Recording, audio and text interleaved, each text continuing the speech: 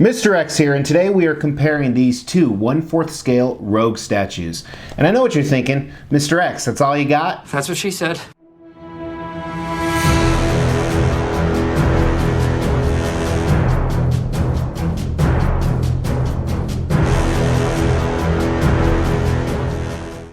Before we get started today, I want to announce two giveaways. The first giveaway is these two Venom statues. Make sure to hit that like button and then stay tuned towards the end of the video and I'll tell you how to win those. The second one is we're doing monthly Xtrizes or Extreme prizes. On the 15th of every month, I launch a video, send a gift package to 2 people. If you comment on any video, you are entered in the drawing, so go ahead and comment below. The more videos you comment on, the more chances you have to win. But a while back, I did a video when I first received the Sideshow Rogue Maquette. And you can actually check it out right here. It was, should you buy this or not? And it wasn't a true review, but I compared her to other options in the market. Well, today is the day we get to compare in person. That's right. We have on one side the Sideshow Rogue Exclusive Maquette versus the custom 1/4 scale Rogue vs. Sentinel. Both quarter scale, both awesome pieces. Which one will win? We will find out today. It is time for another Xtrumble or Xtreme Rumble. Now, if you missed the review on this girl right here, go ahead and check it out in the link. I already did a detailed review on her, but today we're going to compare and contrast, and we're going to use the typical Extreme categories. We're going to look at concept, which one is better, design, paint, sculpt, value, and an overall winner. So let's dive right in. Now again, if you really want in-depth aspects of each statue, Gem Mint did an awesome review on the Rogue. You can actually check that out right here. And then the card I flashed earlier, I actually already reviewed her and did all the detail, even though I really haven't filmed it yet. But it's TV, and that's how magic works. Also works in the backseat of a Volkswagen and Taco Bell parking lot. But before we get started, let's go over some background information on these. So first of all, this is Rogue. Rogue is an X-Man, X-Men, X-Woman, whatever you want to call it, part of the Marvel X-Men series created by Stan Lee, extremely popular, whether it's in comics or movies or cartoons. Probably most known, at least in my generation, was the 90s cartoon. Rogue is an interesting mutant. She has the ability to absorb other mutants' powers. That's why you're going to see a few different things going on here. And she permanently absorbed Captain Marvel's powers, which is why she has super strength and she can fly. Now, this one right here, on my right, your left, was made by Sideshow Collectibles, a licensed company, meaning they got the approval from Marvel or X-Men or whoever holds the license for this to create this character. They signed off on it. They made 3,000 of these. This one right here is a custom, which means it's a private commission. They did not get the approval from Marvel. They made 40 of these. Both are quarter scale, as in if she was here in real life, this would be exactly 4 times smaller. And what's interesting, you'll see with some close-ups, is they're a little bit different size. We'll talk more about that in design. But let's start with our first category, and this is concept. And when you talk about concept with Rogue, there's a few things that are most important to a lot of people. Number one is Rogue has to be somewhat attractive. She can't be ugly, whether it's sexy and sultry or cute or beautiful or whatever that is. Another aspect with Rogue is you want her showcasing her powers. And as I said, she has a number of different powers. Number one is she can fly. Number two, she has super strength. She absorbs other mutant powers. So there's a lot of key things you want to make sure that you get with the concept with Rogue. So let's look at both of these. Both of these have an interesting take, and they incorporate some elements and some elements they do not. Both are classic X-Men bases. What I mean by that is one is she is destroying a Sentinel. That's kind of the rage right now. The other one, she is in the danger room fighting. And both insinuate she was either in the battle or she just finished the battle. And what's really interesting on both of these is both of them do showcase her strength power. So for example, on the Sentinel hand, you see she's crushed it. There's even a close-up I'll show you in a minute where she's crushed the finger. The other one, she's tearing this saw blade out of the danger room floor. And both are awesome. One is more of what we call a museum pose where she's standing ready for a picture. The other one is an action dynamic. She's flying, pulling that saw blade out of the danger room floor. While they both show Rogue's strength, the Sideshow does show Rogue flying, which is pretty cool, and that's something the custom does not do. But the custom kind of fights back, saying that it's showing the absorbing powers. So not only does she have Wolverine's claws coming out, insinuating she also has his healing factor, but she has Gambit's kinetic energy on a switch out we'll talk about in design with the card. Both of them can go with a line. So for example, the Sideshow has an entire line of pieces coming from the Danger Room. So it's great that you can pair all of those together. This custom is doing an entire Sentinel line.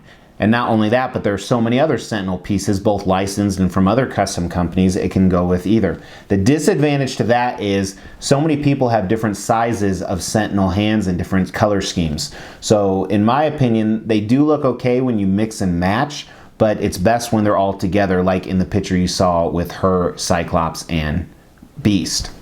Now the last thing I want to talk about is, do they show that attractiveness, that sexy, sultry aspect? I think they both do, and they both do in different ways. Her body's very fit, very sleek. Here she's kind of that more sultry, museum walkway aspect. Here she's still powerful, which is attractive as well. So I think they both show that. So I think they both show exactly what we want out of a concept in Rogue. And honestly, I think I have to give the concepts a tie. I think there's no winner. I think they are both awesome concepts, and they're what you would want out of a Rogue statue. With design, we talk about displayability, we talk about seam line issues, connection issues, we talk about switch outs. So let's start with switch outs. Now you see here, the Sideshow, the exclusive only has one portrait switch out, so it comes with two portraits, and that's only 1/3 of the statues, where all of the customs come with two portraits and two right arms and two left arms. So let's do some close-ups. First, let's look at the two different Sideshow portraits, and we'll compare these later in paint and sculpt. But right here, we have the regular that comes with all of the Rogue maquettes. Here is the exclusive.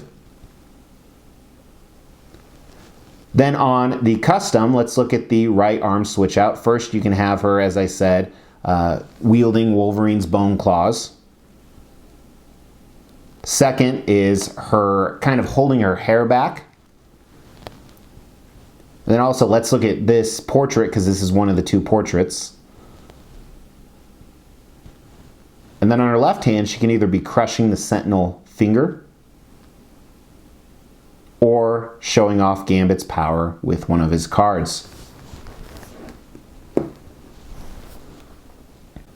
Now because of those switch outs, especially on the arms, it actually creates a few seam lines here. Here's a picture where she doesn't have any seam lines for two reasons. One, she's all one piece other than her portrait, and two, she has a jacket covering it that is actually a material fabric, or what we call mixed media jacket, where she is fully sculpted. And this is an interesting aspect of collecting. Some people like fabric better, some people like sculpted, some people it depends on the piece. For me, it depends on the piece. This particular one, I actually personally like the Sideshow jacket better. The seam lines kind of help, but it's really well done. Another thing with displayability, I think Sideshow has a little bit of an edge, because not only is she elevated, so if you were to put her a little bit farther back, but you have a lot of open space down here. Sometimes when we have large collections, we have pieces that may jut out here. It helps that there's an open space. So I think that's an advantage. However, the custom piece has a light up feature by remote control, which is neat. Here's a picture of it not lit up, and then here is one of it lit up. Now here's a picture of them together. What's interesting is the Sideshow maquette is definitely about 10% larger, if not 15% larger. And I think she's overscaled, to be honest with you. I think the custom one is a more appropriate scale. So that's something to keep in mind. However, it doesn't make that big of a difference when looking at it next to other pieces. With Sideshow, with her just keyed into this and this keyed into the base, you worry about leaning issues. She's only been out for less than a year, but who knows? This, you're really not going to have that issue. So there's pros and cons to each one. Again, with design, this is a really difficult aspect, but I think I want to give the edge to the custom because of the switch outs, but just the engineering and design to make her fly is something we didn't really talk about either. I think that counteracts that, and then the rest are all equal. I think, once again, it is a tie. Paint and sculpt we'll talk about next, and we'll kind of just go over both of them. We'll start at the base, go up to the top, and then grade each separately at the end.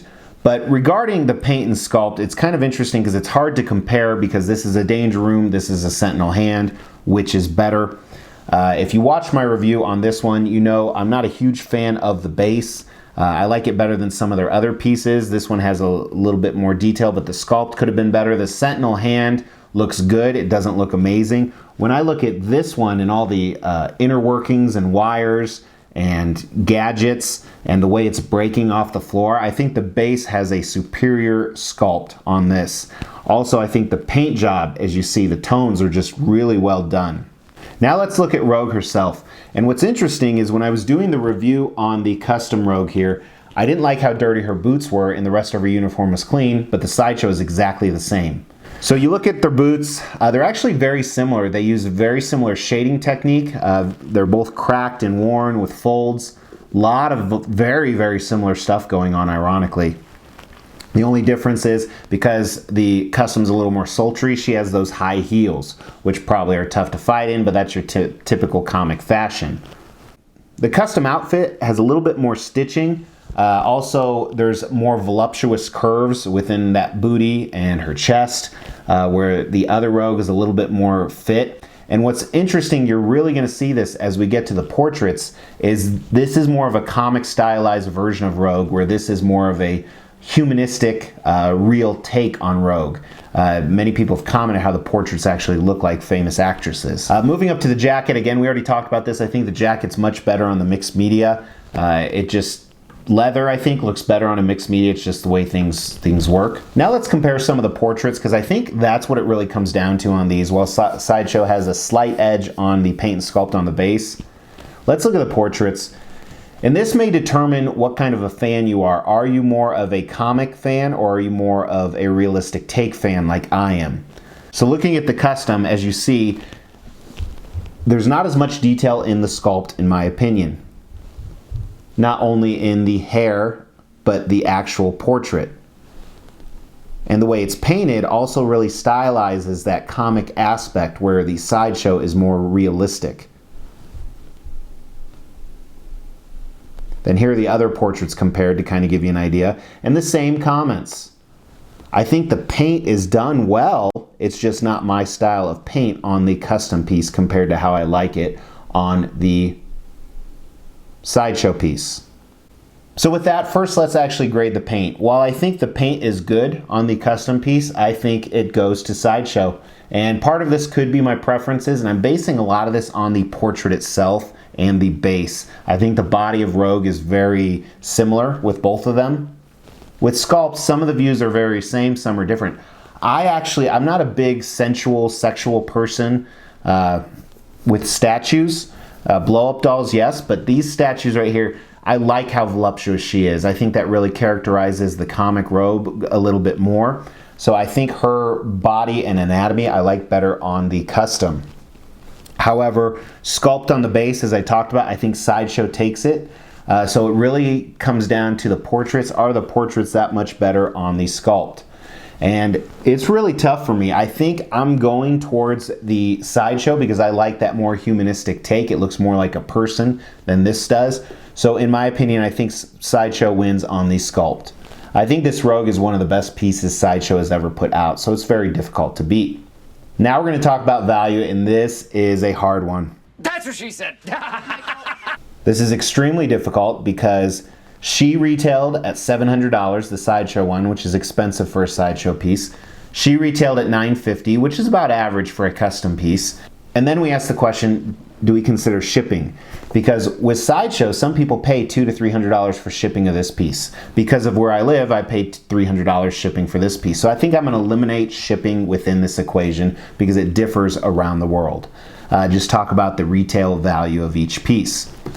So this is over $200 more. However, they made 40 of these. They made 3,000 of these.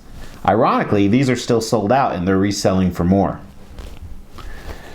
Also with Sideshow, people are a lot more comfortable with licensed pieces and they know about them more, so this is more sought after.